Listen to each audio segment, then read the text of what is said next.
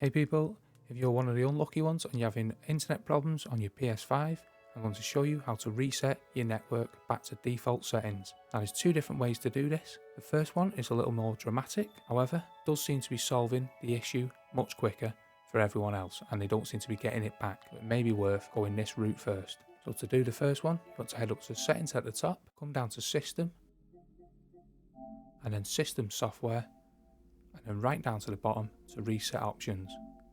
And then you want the second one, reset default settings.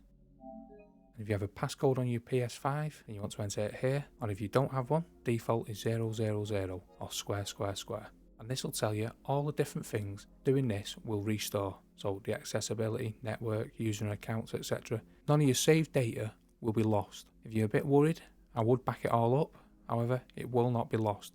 It'll just be restored back to default. You will need to log back into your PS5, but nothing should be lost. So once you're happy, you'd simply click restore and everything, including the internet and the network, will be put back to original settings. This method does seem to be the best way to solve the internet issues people are having. However, you don't want to do this first, you can come back out into the main settings and then come to network, then settings, set up an internet connection.